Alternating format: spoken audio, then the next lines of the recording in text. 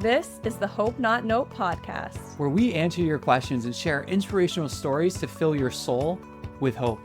Our mission is to empower hope to those who have been plagued by note. I'm Dr. Dylan Caswell. And I'm Brandy. And we're here to bring you out of the note and into hope. Welcome to the Hope Not Note podcast. Thank you so much for tuning in. Our question this week is from a listener named Brando. Kind of cool because my name's Brandy and you have a brother named Brandon. And so Brando. Thank you for sending in your question. He asks, I have the goal of playing in the NFL, but sometimes feel like it's out of reach and then I get discouraged and then the discouragement ruins like my different training sessions. How can I get rid of this discouragement? Well, Brando, I think the first thing is you got to have a pretty cool name. Oh my goodness. All right, check. And that's there. So that should be encouraging. I think the bigger thing is asking, what's the root of the discouragement? Is it because it feels like it's that's a high level goal? And you can start looking at the percentages and say, wow, less than 0.01% of people that play this sport make it to that level, and then less of a percentage make it and then stay at that level. People can start looking at those numbers and then people going, hey man, be realistic. Have a backup plan. Make sure you're thinking of that backup.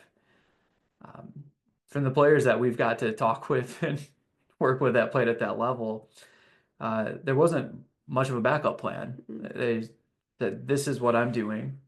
This is the desire on my heart. I'm going to work my butt off for it. I'm still going to do other things in the background, but not as a backup plan. I'm going to do these things because I'm also passionate about them. Mm-hmm.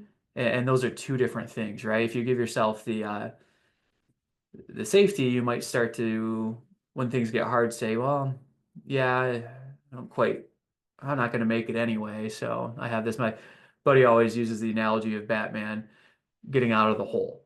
Like he's down in this well or cave and he has to get up out of it.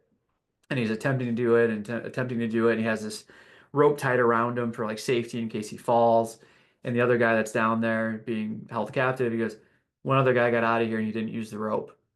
So Batman takes off the rope, boom, gets up out of there. So sometimes when you have the safety there, it might hold you back. Not simply from the fact that it gives you a way out, right? And if you have a high level goal, it takes a lot of work and you have to be very focused on that. So I think the discouragement can come from looking at the odds and the probabilities and just saying, hey, this doesn't math. Mm-hmm. This doesn't math, right? Yeah. And I mean, gosh, we look at the players at the pro level, and more times than not, the math doesn't make sense. Mm-mm. It didn't make sense, and I think when you have a goal that's placed on your heart that comes from the source of creation, the math doesn't need to make sense. What does need to make sense is you understanding it's not going to be handed to you, and that you have to put in the effort and the work and the discipline and the sacrifice. And if you keep putting that in and it's His will, it will come to fruition.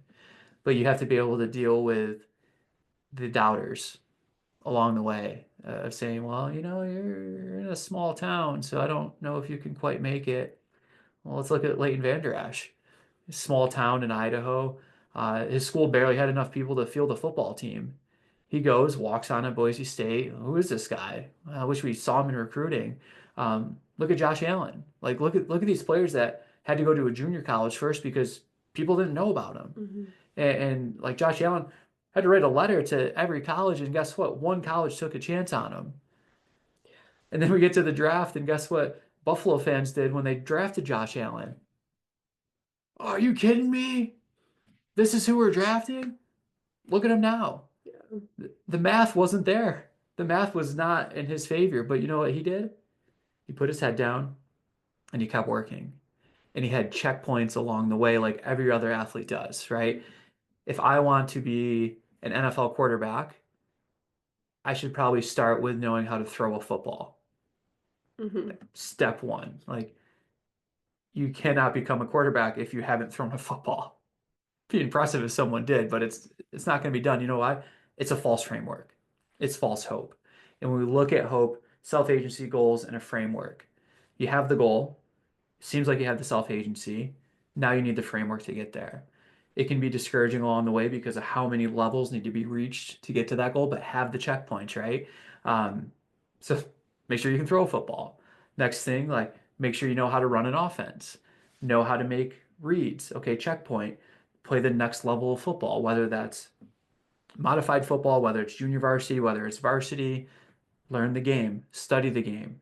Next thing, what do you need to do? Well, it probably makes sense to go play college football somewhere. It doesn't need to be D1, it could be junior college, D3, D2, D1 AA, D1. Like, go there, learn the craft, put the work in, keep showing up, put the work in, get to the next checkpoint, right? So now you have these little checkpoints along the way that encourage you.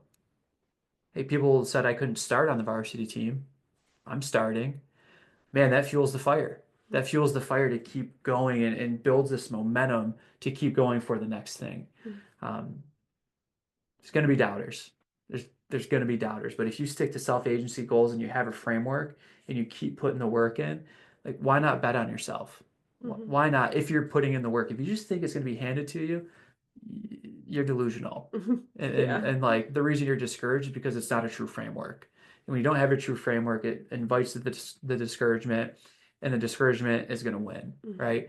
Renew your mind, renew your hearts, go to the source, put the work in, let it play out the way that it does once you have put the work in. I would argue too that you need the practical steps of this framework in regards to like knowing the game and being able to execute the game, but you also need practical steps in a framework for like fueling your spirit. Yeah. And I think a big piece of that, if you are struggling with discouragement and you're hearing Dylan's answer and you're like, I got all those things. Like I know what those checkpoints are, but I'm still discouraged. I would argue that there's something missing in your community or your spiritual life where you're listening to the voices of the doubters, even if the doubter is yourself right now, more than you're listening to the spirit of truth. Yeah. And so I would encourage you to find the people who support you and find the people who believe in you and spend time with them. I would argue make sure that you're taking time to rest and like read the Bible, read books that lift you up and help you build your character more and more, because those things are going to be sources of encouragement. When you struggle with discouragement, the only way to get out of that is to have encouragement, and sometimes encouraging yourself isn't going to cut it. Like you need those outside things to help you be more encouraged. Yeah, it's, you know, we're not created with doubt. That is learned Yeah. in this world from people that mean well and are loving, but people that also have been burnt by living up to expectations that are realistic in the world, but not realistic when you have faith. So, you know, we tend to take on these things of I need these things, so I need to go work so that I can have these things and forget about those dreams and those goals that we have. I go back to this post that was circulating back a while ago, and a mom was talking to her 4-year-old and said to her 4-year-old, "What do you want to be when you grow up?" Right? The classic question, like 4-year-old knows what they want to be when they grow up, but it's cute and it's funny to see their answers. And the kid said, "I want to be a rocket scientist." And the mom said, "Are you sure?" And the kid goes, "Yeah, I want to be a rocket scientist." And she was like, "Well, you realize what needs to be done for that, right? You have to be really good at physics. You have to be really good at calculus. You have to be really good." She named like 2 other subjects. And the kid looked at her and smiled and said, "Mom, that's easy. That's only 4 things." Right? Like when we have that childlike faith, we're not concerned with doubt. We go, "Oh, okay, there's steps to this, but hey, I can do that. I'll put the work in and achieve that." And then as we get older, just as more doubts become apparent to us, from society, from very well-intended people. They start to implant themselves into and start changing our intellect. They start changing what we know is the truth. And then we get wrapped up in that voice in the back of the head saying, hey, you're not speaking clear enough. Hey, you're not able to write a book. You don't know how grammar works. You can't go achieve this goal because you grew up in a disadvantaged area. Like all of these things can start to just implant themselves and start to change what your soul knows as the truth. You have to get back to the truth that you once know that you once knew. There's so much, I look at it as how were we created, how were we constructed? And then what have we learned that has constructed us in a different way? And what do we need to deconstruct to get back to the foundation? Because the foundation that we're created with is one of encouragement. It's one of you have faith and you come to me with no doubt. You can walk on water, you can move mountains. Like you can do these incredible things, but what's going to get in the way is doubt, and doubt is learned. And what's one of the ways that you get rid of doubt? Go back to your foundation, but then start putting in the work, right? We work with athletes all the time that have injuries and they want to get back to playing a high level sport, and they're very discouraged with where they're at because, they're, hey, I'm getting back to running, but it doesn't feel good. Well, now I'm discouraged because I know that this is a step that I need to be able to do the sport at hand. Well, have you done the other steps? Have you built up the actual strength that's needed before you get into that area of capacity that's needed for that activity? Like we need to build up these things and put doubt to rest by having a good framework, and that framework comes from one, knowing the science, progressive overload to get back to these things, or knowing the recipe of performance that's going to allow you to get to that point. Like if you're focused on compression boots and ice bath, but you're sleeping 4 hours a night, like, you got it twisted. Like you're not going to get to that level that you want to get to. You're following false frameworks of influencers that are backing these products for other reasons that are not based on science, right? So we got to have the right steps that are going to get you there, the recipe that you can follow and tweak it a little bit for you as an individual. But then we also need to have the framework of how we were created and have to ask where are doubts coming from that's giving me the discouragement. Mm-hmm. Simply put, trust the process, but also do the work within in the process. Yeah. Well, trusting the process is understanding that process is an umbrella term. That means the process is you doing the work and getting the field ready for the harvest. Like that's the process. You can't say, I'm going to be a pro athlete, but I'm going to work out twice a week for 30 minutes and kind of lollygag around. Yeah. Like that's not the process. Like that's just it's not it. Right. But then I would argue that trusting in the process is also trusting in the creator. And I don't know. I think that is key. When you know that there has been a calling and something placed on your heart, and you have this grandiose goal of joining the NFL someday, or whatever that goal or dream is, that didn't come from nowhere. Like that is very intended. That goal and that dream is very intended for a specific reason by the creator. And so trust the process, and part of the process is trusting in the creator as well. Yeah, and quickly, kind of last point I want to touch on is the classic what if? What if this doesn't work out? What if I put all my eggs in this one basket and I'm looking with the perspective of that it fails? Like what do I do then? I got nothing, right? Because we said like if you have a big goal like this, don't worry about a fallback. Like you have to go for it. We've worked with some athletes that their goal is to play in the league, whether it was the NBA, the NFL, the NHL, and they got to a high level, semi-pro level, but they weren't able to make that next leap. And it wasn't from lack of effort. It wasn't from again not putting in the work. It was, hey, you got to be the best in the world to play at this level and stay at this level. These athletes are incredible. And it's not that you're not incredible because you didn't make it. It's just that like you put in the work and it didn't go your way. It wasn't his will for your life. Mm-hmm. And a lot of people say, "Oh, that sounds really depressing and really sad." These athletes are so fulfilled when their career path changes a little bit. I've worked with a few that again they wanted to get to the NBA. Injury popped up. They weren't able to quite make that next step. Their whole life changed. You think this athlete would be destroyed of like, oh man, my lifetime long dream is gone. No, now he coaches Mm. at a college level. And I can see him making his way up the chain in coaching to become a pro athlete. And he's so happy about that.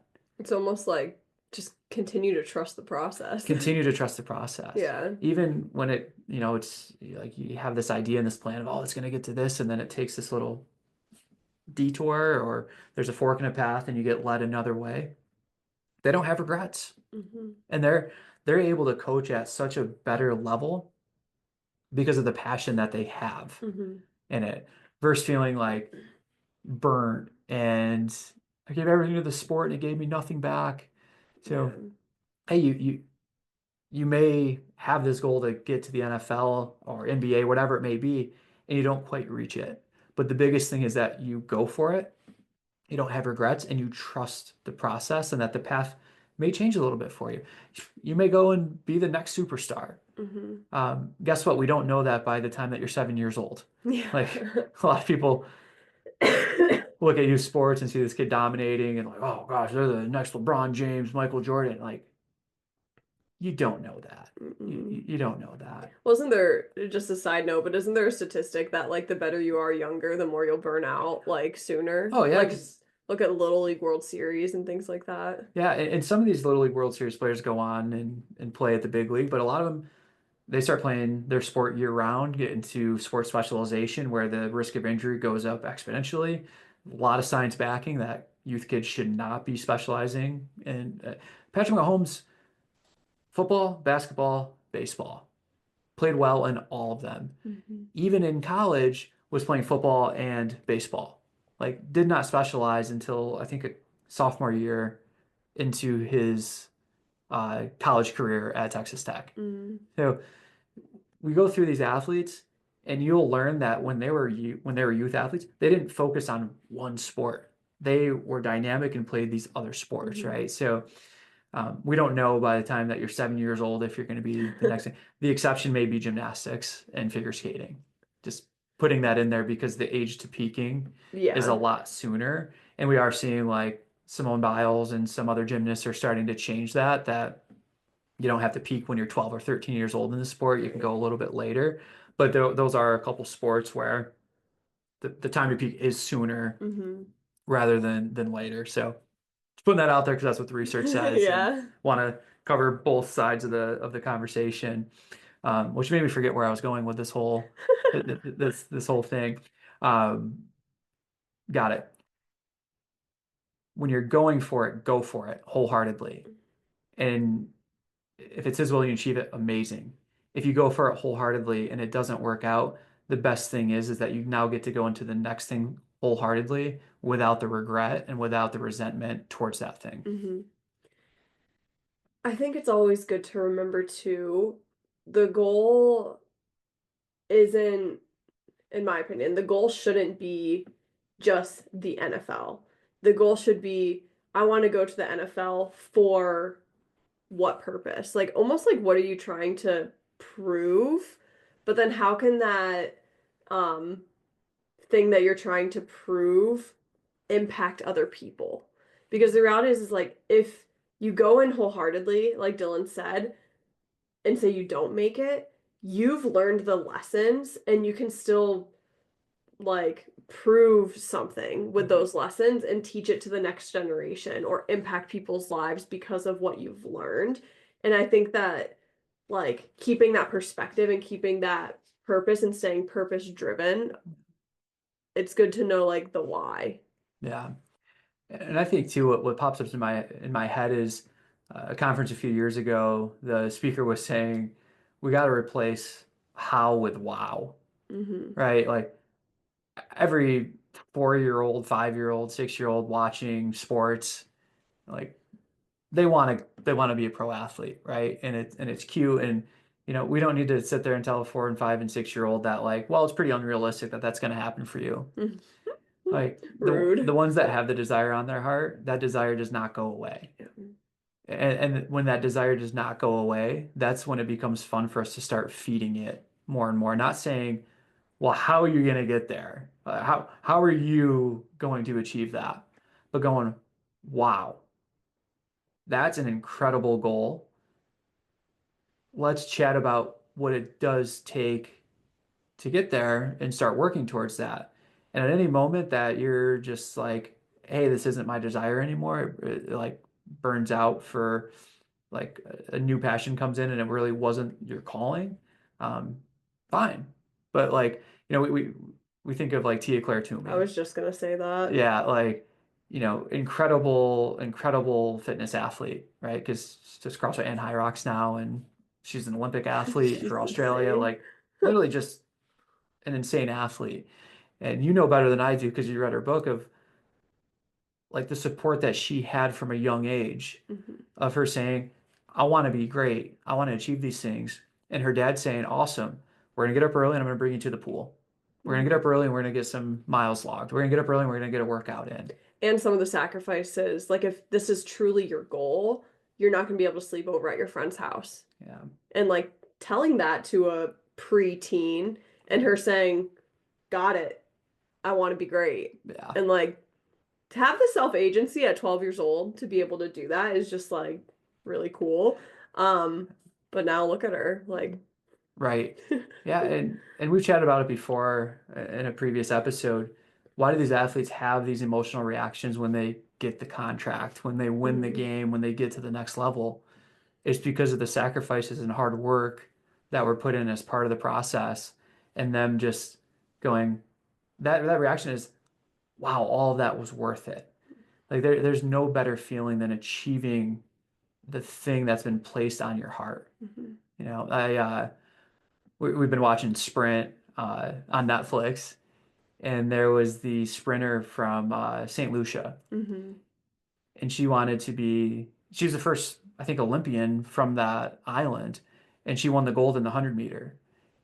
And she ran like off the track to go into the back, and her coach was like, "We got to get a cool down in," because I think she was running the 200 as well. And she's like walking back and forth trying to get the cool down in, and just bawling, yeah, weeping her eyes out because of all that she's been through, all the perseverance, all the adversity. She kept working, and she made Olympic history, not only being the first athlete from St. Lucia, but won a gold medal. Like, is the best in the world at this thing and put in an incredible amount of work. And I was tearing up watching her. And it was just like, man, that's the feeling of saying, I went all in and I achieved it. Hope stories. Hope stories. You want to go first? You kick us off. All right. My hope story is kind of. I just love watching our nephews play basketball. It really just comes down to that, and really just watching them play sports. I think for me, I loved playing sports in high school, and then when I got injured, it's like I've never been able to really like have that same thing again. So it's cool to watch them in this season.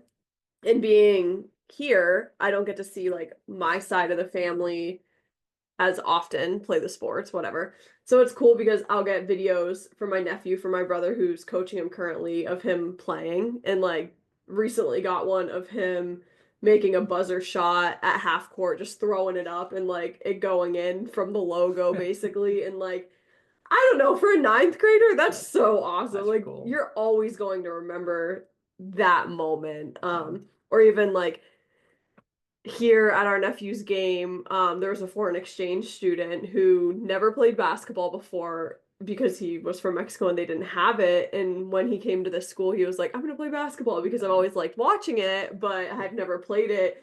And it was senior night and they were chanting his name to like get in the game at the end. And coach put him in and like not even 20 seconds left in the game, he just chucks up a corner three and makes it. And like it was awesome. And I love the joy of watching high school sports. It is so much fun. You would have thought they won the national championship the way that the gym erupted when he sank that corner three. Mhm. It was beautiful. It was so awesome. And like a core memory for him, Yeah. like through life, like that. It was so cool. And earlier in the game, he like took a ball to the face and was like on the ground. And I was so nervous that that was going to be like his last moment of his basketball career. Yeah. But he came back in and then scored the three. And I was like, yes. Yeah. So it was right before the three. Mm-hmm. Like, so I imagine like he got smoked in the nose.